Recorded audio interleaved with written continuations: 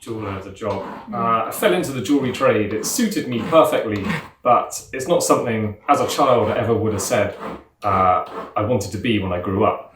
My father was a watchmaker, a horologist, and partly from a GMVQ art and design course I did after I finished school. The part of that course was doing work experience, and me being slightly useless, my dad got me a place at his workplace. So I ended up not working directly with him, but in another department in the building, doing specifically jewellery. And I had a natural flair for it. So as well as working with my hands and having good hand and eye coordination, it really suited me, and I was enjoying it, doing little fiddly little jobs. And of course it was artistic as well, which was my strongest thing in school. So it's not something I would have chose as a child, but it actually suited me perfectly.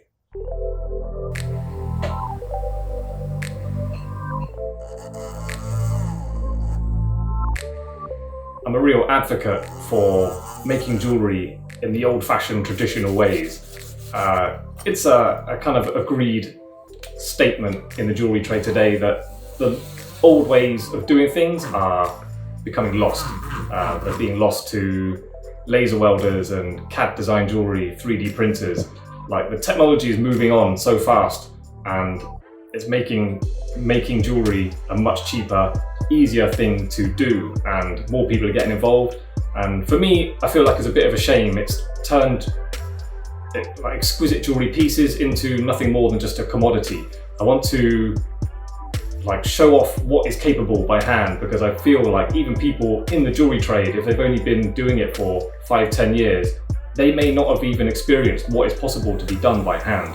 So I've been luckily enough trained by two very skillful model makers whose skills go back to the early 80s and 70s. They were trained up to be model makers for the high-end Bond Street stores at the time. So their training was really the best it could be.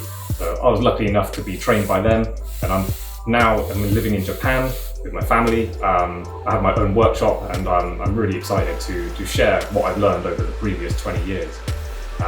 It's quite an exciting time for me, and I want, with my new YouTube channel, The Diamond Mounter, I want people to learn, not just to see how jewellery is made and have a go. I want them to really learn and see how it's done at the highest level, and they can not only be a participant in someone who makes jewellery, but they can get their skill level right up and actually be someone who moves it forward and keeps the traditional ways of hand making jewellery alive today.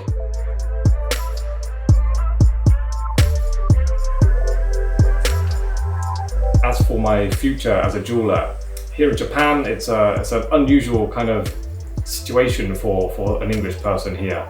I'm here with my family, I've got my own workshop, so like I said earlier, my potential for reaching new heights with the jewellery I can make, it's quite an exciting time for me.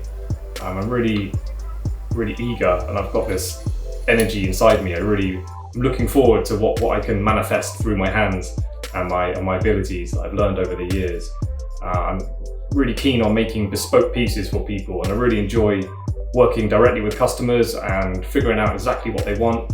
And I'll even make a few mock-up designs in silver so they can really feel they're going to get exactly what they have in mind. And we work together, and learning about them and their hobbies and their personality, we can really create things together. So it's not just me making something they ask for. The customer is actually really obviously an essential part of the process of me manifesting something for them, specifically what they want.